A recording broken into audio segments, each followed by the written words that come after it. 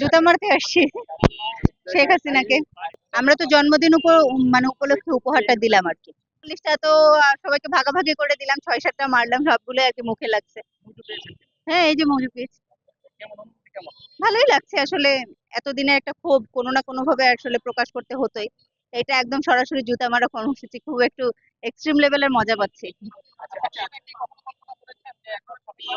কল্পনা, আসলে এটা আমাদের সবারই মাথায় রাখা উচিত ছিল। এটা কল্পনা করেছি কিনা বা কল্পনা করা উচিত কিনা, তার থেকে বেশি ভাবা উচিত যে আবারও হচ্ছে এই ধরনের চিত্র তৈরি হবে কিনা। কারণ একজন শাসক, একজন হচ্ছে নির্বাচিত যদি সে হতো, একজন হচ্ছে সাবেক প্রধানমন্ত্রীকে এভাবে অসম্মান করা হচ্ছে, নিশ্চয়ই তার পিছনে কারণ আছে।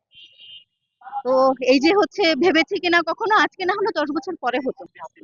এইটা রেকর্ড হওয়ার কি আছে ভাই, আন্দোলনের সামনে থেকে আন্দোলন করেছি। আজকে যদি হচ্ছে এখানে জুতা মারার মতো পরিস্থিতি তৈরি না হতো, তাহলে হয়তো অনেক আগেই মানে হচ্ছে কিছু হওয়ার চান্স ছিল। তখন যেহেতু থেমে যায় নাই, এখন আবার কবে কি হবে এটা ভেবে হাসিনাই বা কবে ভাবছিল তাকে আমি এখানে দাঁড়ায় জুতা মারবো।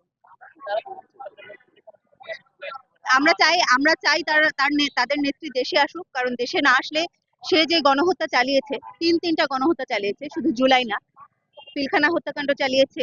শাপলা চত্বরে আপনারা জানেন 2013 সালে শাপলা চত্বরে যে মানে লাইট বন্ধ করে যেভাবে হচ্ছে হত্যাকাণ্ড চালানো হয়েছে, এবং তাদের লাশেরও হদিস পাওয়া যায়নি।